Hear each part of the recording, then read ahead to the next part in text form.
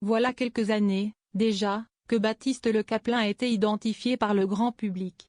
De ses débuts de stand-upper à son petit rôle de coloc relou dans Bref, en passant par la dernière comédie avec Christiane Clavier, Jamais sans mon psy. L'humoriste est autant à l'aise sur scène, dans De Petites Baptiste Le Caplin l'un des fers de lance de l'humour français.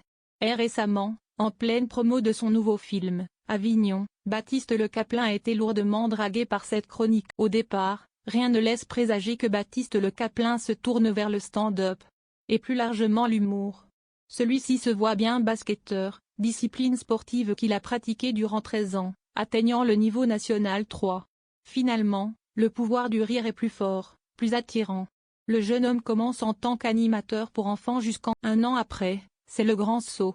Baptiste Le Caplin se lance dans une carrière humoriste. Un petit monde en vase clos difficile d'accès. Mais il ne lâche rien.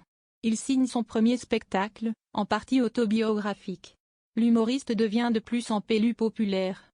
Gad Elmaleh, taulier du genre, dira de Le Caplin qu'il s'agit du meilleur de sa génération en 2000. Baptiste Le Caplin perce vraiment son plafond de verre dans cette décennie-là.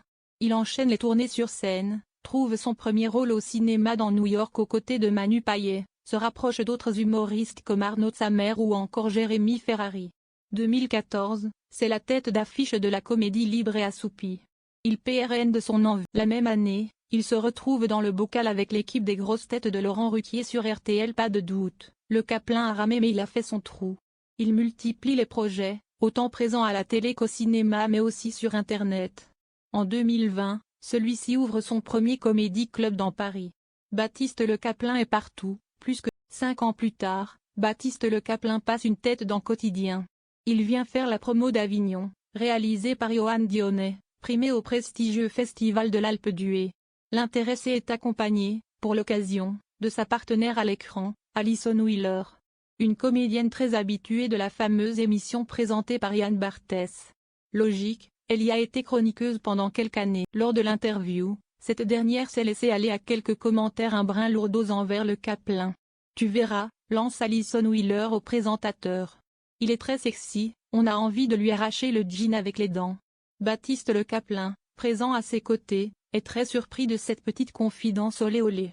Peu après, Yann Barthès met les deux pieds dans le plat pour taper un ollie. Baptiste, vous dites que vous aviez une spécialité quand vous étiez jeune, c'était de tomber amoureux des filles qui ne voulaient pas de vous.